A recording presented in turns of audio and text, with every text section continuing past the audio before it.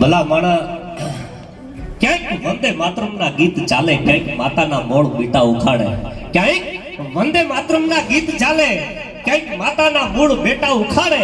દગાબાજ ખોટી ધરી રાજધારી, હવે એક તારો ફરોહો મુરારી, હવે એક તારો ફરોહો મુરારી. અરે જોવો પ્રધાને કેવી ઉલ્લુ બનાવી, વેચણ બોર એને તડબૂચ બતાવી, નચાવી રહ્યો માકડાને મદારી, હવે એક તારો બરોહો મુરારી, હવે તારો એક બરોહો મુરારી.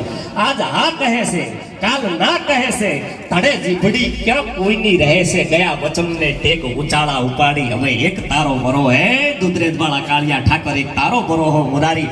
અને ભલા માના રાજપૂત સમાજ, બીજા સમાજ માટે તો આપણે કહીએ કે એમાં કોઈ નવી નવાઈ નથી, પણ એક સામ્રાજ્યની માલિપા જો એક ફક્ત ને માત્ર જો એક શમશેર ઉઠાવી હોય, આનો જો આખા બ્રહ્માંડમાં કડાકો બોલી જતો હોય ને આપણા બેન બેટીઓ માટે જો આવો શબ્દ યુઝ કરતા હોય ને જો આવો સમાજ જો ઊભો ના થાય તો ભલા માણા મારે તમારે રાજપૂત કહેવાનો અધિકાર. એક કડાકો લાગવો જોઈએ, એક નાદ લાગવો જોઈએ. એ ગામના પાદરમાં ધણ નીકળ્યું હોય ને કોઈ જેને કહેવાય કે ડાકુ અને પગિયું જો એમ કહેવાય કે એ ગાયોના ધણ વારી જતા હોય અને બાગડતા ધમા ધમા પર ધમા ધમા ધમા ધમા પર ધમા ધમા ધમા બાગડતા ધમા પર ધમા ધમા અને ઘોડલી નીકળી ગઈ હોય અને એવી ઘોડી નીકળી હોય ઘોડીની વાગ ચાલી કોઈ એમ કહેતું હોય કે રાજપૂત ક્ષત્રિય દરબાર ક્યાં જાઓ છો, કે ગાયોની વારે જાઉં છું, ગાયોને બચાવવા માટે જાઉં. પણ કે તમને ખબર છે કે ના, કે એ ગાય આપણા દરબાર નથી, આપણા ક્ષત્રિયની નથી, કે તો કે એ ગાય પટેલની છે, એ ગાય બ્રાહ્મણની છે.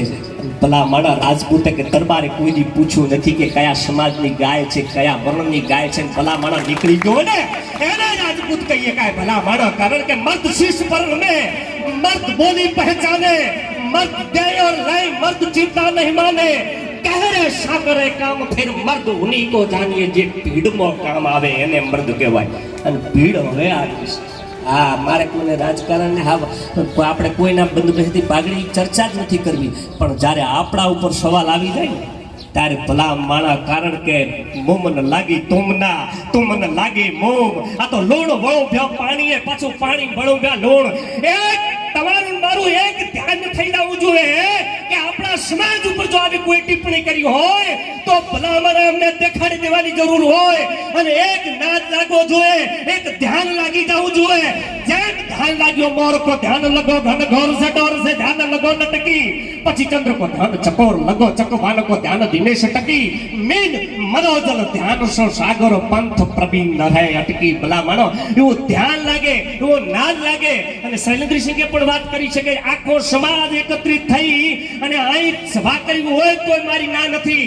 અને એક રાજપૂતના એક માણસને ભેગા મળી અને હું ક્ષત્રિય છું, હું રાજપૂત છું અને મારામાં સમીરાત અમીરાત અને ઝવેરાતની ખાઈ મર્દાનગીઓ ભર્યું હોય અને આવી ટિપ્પણી થતી હોય ને ભલામણ, તો હવે દેખાડવાનો સમય આવી ગયો છે. મારા બાપ અને બારોટના દીકરા તરીકે હું મંચનું સંચાલન કરતો હું ને, કારણ કે 4 વંશ 24 ગજ જંગલ યષ્ટ પ્રમાણ ઈ ક્ષત્રિય જેને કહેવાય કે હે ચંદ્રબરદાઈજીને જો બેઠો કરી શકતો હોય કવિરાજ, તો હું તમને એટલે બેઠા ન કરી શકું. ભલા મારા બેન બેટી માટે આટલી ટિપ્પણી થતી હોય ને જો હું તમારું લોહી જો ઉકળે નહીં, મર્દાનગીના ખરાખરીનો ક્ષત્રિયનો નાદ નો નીકળે તો ભલા મારા અહીં મારે તમારે બેહવાને અધિકાર નથી. ભલા મારા એવો નાદ નીકળી જાઓ. 4 વંશ 24 ગજ અંકુલ યષ્ટ પ્રમાણ, એટલે તે સુલતાન હે તો મત ચૂકે ચૌહાણ. ભલા માણા એને કે ઘણા બધા જો કવિના શબ્દ ઉપર શબ્દ વેદી બાણ મારતો હોય તો હજી પણ આ ધરા ઉપર આવા રાજપૂતોને હજી આ ધરા ઉપર મર્દના ક્ષત્રિયો આ ધરા ઉપર બિરાજમાન છે. ભલા માણા અને એનું પાણી દેખાડી જો. બોલો મહાકાલ મહાદેવ કી. આપણે મેન મુદ્દો જે કુંડ માટેનો તો હતો એ તો હવે બધાને જે ચર્ચા કરી આવી ગઈ, પણ આપણે જે મેન મુદ્દો રજૂ કરવાની આપણે વાત કરું કે મેન મુદ્દો આપણો એ છે કે આપણી હાલ જે સમાજને લક્ષી જે વાતો થાય રહી, ખોટી વાતો જે લોકો કરી રહ્યા છે એના માટે આપણે શું કરવું. કે હાલનો જે પુરુષોત્તમ રૂપાલા જે આપણે ક્ષત્રિયોને જે બેન દીકરી વિશે જે અભદ્ર ટિપ્પણી કરી છે એનું આજ સુધી 10 દિવસથી 10-15 દિવસ થયા પણ હજુ સરકાર એમાં કોઈ નિર્ણય નહીં લેતી. એટલે આપણે દરબારોને શું કરવું, એટલે એના નિમિત્તે જ આપણે આજે એક રાખ્યું કે ભાઈ આવો પ્રોગ્રામ કરો તો આપણે સમાજના યુવાનોને ભેગા કરો તો આપણે શું નિર્ણય કરવો એના માટે કરી તમને બધાને બોલાયા છે. એટલે આપણે સમાજમાં જે આ સારા કાર્યો જે થવાનું છે એના માટે આપણે સહભાગી બનવાનું કે જો પુરુષોત્તમ રૂપાલા જેવા જો આપણે ક્ષત્રિયની બેન દીકરી જો આવું બોલતા હોય તો અન્ય સમાજમાં તો બોલવાનો હક જ નહીં. સરકારને એક જ છે કે ભાઈ ક્ષત્રિયો છે, ક્ષત્રિયનું શું આબાણ હોય? જો આટલા 15 દિવસે જો ક્ષત્રિયનું જો માન સન્માન ના હાચવો તો બીજી સમાજનું તો આ સરકાર શું હાચવવાની છે? બીજું કોઈ હાચવવા વાળું છે નહીં, કારણ કે બધાને એક જ નજર છે કે ક્ષત્રિયો છે તો ક્ષત્રિયની પાછળ બીજી અન્ય સમાજો ઘણી છે, એને આ સમાજ ઉપર જ ભરોસો છે, બીજી કોઈ સમાજ ઉપર ભરોસો નહીં. કે ભાઈ આ સમાજને જો આ સરકાર આટલી બદનામ કરતી હોય એનું એક ખાલી આપણે તો કશું કોઈ માગ્યું નહીં કે ભાઈ અમારે પૈસા આલો, રજવાડા અમારા પાસો આલો, એવું કોઈ આપણે માગ્યું નહીં. એક જ ખાલી આપણે સમાજની બેન દીકરી પર જે અભદ્ર ટિપ્પણી કરી છે એના વિરોધમાં આપણે કહ્યું કે ભાઈ તમે વ્યક્તિગત બીજો કોઈ ઉમેદ, કારણ કે અહીંયાથી તમે જાશો વાતો ભૂલાઈ જશે, લોકો ટોળે ટોળા થયેલા વિખરાઈ જશે. પછી એના માટે તમારે પણ સક્રિય રહેવું પડશે, જોડાયેલા રહેવું પડશે, અને એ કાર્યને પરિપૂર્ણ કરવા માટે તમારે રાત દિવસ સતત કાર્યશીલ રહેવું પડશે. આગેવાનોને પણ ફરજ છે, સમાજના અગ્રણીઓ રાજકીય પક્ષોને લઈ મતભેદો ન થાય. પાર્ટીને કામ કરવા દો, પાર્ટી તમારું ના સાંભળે તો તમે શું કરશો એનું પણ વિચારજો. અહીંયાથી જ્યાં પછી ગામે ગામમાં સંદેશો આપજો. હું તમને કહું છું, મારો સંદેશો કાંકરેજની અંદર પહોંચાડજો કે કાંકરેજનો રાજપૂત જાગૃત થઈ ચૂક્યો છે. કાંકરેજનો રાજપૂત સમાજ જાગૃત થઈ ચૂક્યો છે અને બીજા અન્ય સમાજોને જાગૃત કરવાની જવાબદારી પણ લઈ ચૂક્યો છે. એવું આ ગૌશાળાથી હું તમને એક સંબોધન કરું છું. અને ભવિષ્યની અંદર આવી કોઈ ઘટના બીજા અન્ય સમાજો સાથે ના થાય, કોઈ સમાજને આ ટિપ્પણીનો ભોગ ન બનવું પડે અન્ય સમાજ દ્વારા, એનું આ એક પ્રેરણાત્મક એક બોધ રહેશે. એટલે કહું છું. અને બીજું છેલ્લે એક કહું, શિક્ષણની વાત આવી છે, કવિરાજે કરી ત્યારે આ સમય આધુનિક ટેકનોલોજી અને કોમ્પ્યુટર યુગ છે, સાથે શિક્ષણ સિવાય કઈ તમે નહીં કરી શકો. તમારી અગર આ 21મી સદી, ઘણી સભાઓ મેં સાંભળી છે ભરતજી, 21મી સદી એક જ્ઞાનની સદી છે. એ સંદેશો એમના સુધી પણ જવો જોઈએ. 21મી સદી એક જ્ઞાનની સદી છે. જ્ઞાનો તમે પાછળ રહ્યા ને તો આ બધી વાતો આપણી પાછળ જ રહી જશે ભૂતકાળના ભવિષ્યમાં આવવા માટે. એટલે કહું છું કે જ્ઞાનની સદીમાં પાછળ ના રહેતા, એટલે જ્ઞાનનો ફેલાવો કરજો, શિક્ષણનો ફેલાવો કરજો. એના માટે પહેલા આચરણ આપણે ખુદ કરવું પડે, પછી બીજાને કહી શકીએ કે આ ના કરવું જોઈએ. શિક્ષિત હશે તો બીજાને શિક્ષિત કરવાની જવાબદારીને પ્રેરણા લેશે. વ્યવસાય હશે તો વેપારી એનો વ્યવસાય બીજા વેપારીને શીખવાડવાની સંબોધનાને પ્રેરણા આપશે. તમે શિક્ષિત થશો તો આપણા સમાજને અને બીજા અન્ય સમાજને પણ બાબુ જવાબદારી આપવી પડે. આપણે એકલાથી ન થાય આ કાર્ય. એના માટે શિક્ષણની વાત આવે તો આપણે બધાને ગભેથી ગભો મિલાવીને શિક્ષણની વાત કરવી પડે. શિક્ષણ સિવાય કઈ નહીં થાય. આ યુગ એ જ્ઞાનની યુગની સદી છે, એટલે શિક્ષણ સાથે લઈ અને સમાજને જાગૃત કરવાની ગામે ગામ નીકળવું પડે. વાતો કરવાથી, મીડિયાના માધ્યમથી કઈ ના થાય. તમે બધા સાથે મળ્યા છો તો સંકલ્પ કરીને જ આવો અહીંયાથી વડાથી. અને વડા એ કેન્દ્ર બિંદુ રહેશે, એ જવાબદારી અમારી છે. શૈલેન્દ્રસિંહ ઉભા છે ને એની જવાબદારી હું લઉં છું કે રાજપૂત સમાજને જાગૃત કરવાનું સંકલ્પ શક્તિ અને કેન્દ્ર માધ્યમ વડા રહેશે. કાંકરેજની અંદર ફેલાવો કરશે રાજપૂત સમાજને જાગૃત કરવાનો અને જ્ઞાનનું આગળ વધારવાનું. તમે બધા સાથે રહેજો, બાકી અમે કરશું એવું નથી કહેતો, પણ તમે બધા ભેળા છો એટલે અમે કરવાની જવાબદારી હું લઉં છું. શૈલેન્દ્રના શબ્દો છે, શૈલેન્દ્રસિંહ મારા મિત્રના, એ નથી કહેતા, હું એમના વતીનો બોલું છું.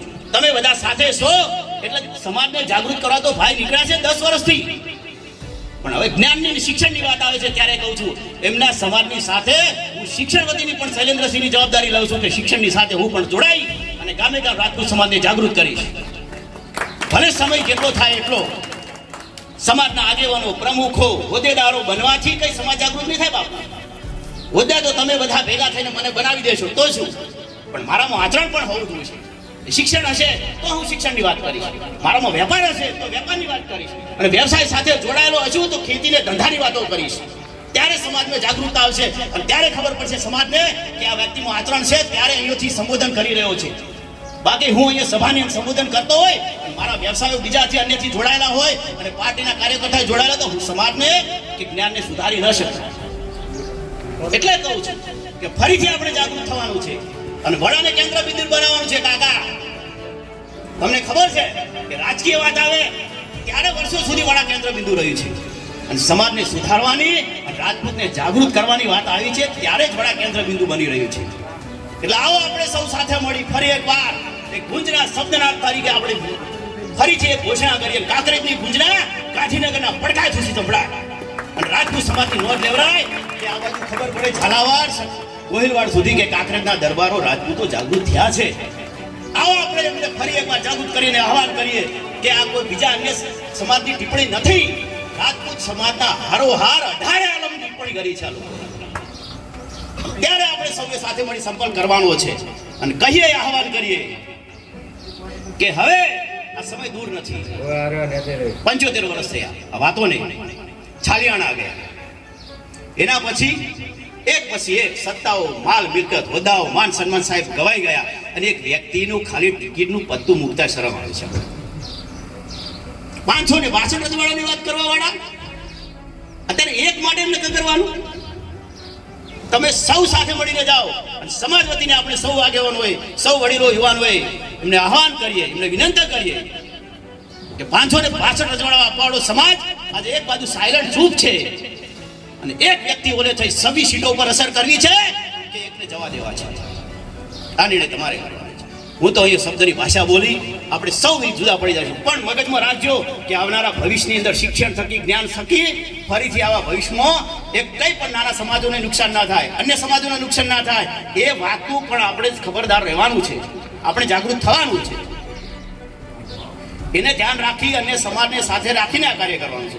સેવા કરવાની છે, ગૌશાળા ચલાવવાની છે, સમાજને સુધારવાનું છે અને છેલ્લે પ્રથમ શિક્ષણ તો પહેલા કરવાનું છે. શિક્ષણ નહીં હોય તો કંઈ નહીં થાય. બાકી આપણે બધાય પોતપોતાના ઘરે રહેવાના છે. શિક્ષણ હશે તો કાયદો, જ્ઞાન, વ્યવસ્થા, વહીવટીદાર, વિભાજન એ બધામાં તમને ખબર પડશે.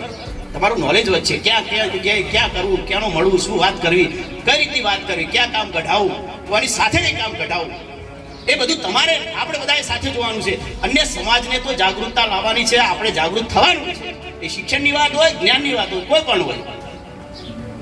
વધુ ના કહેતા એટલું જ કહીશ કે आओ झुककर करे सलाम जहां ये मुकाम आता है.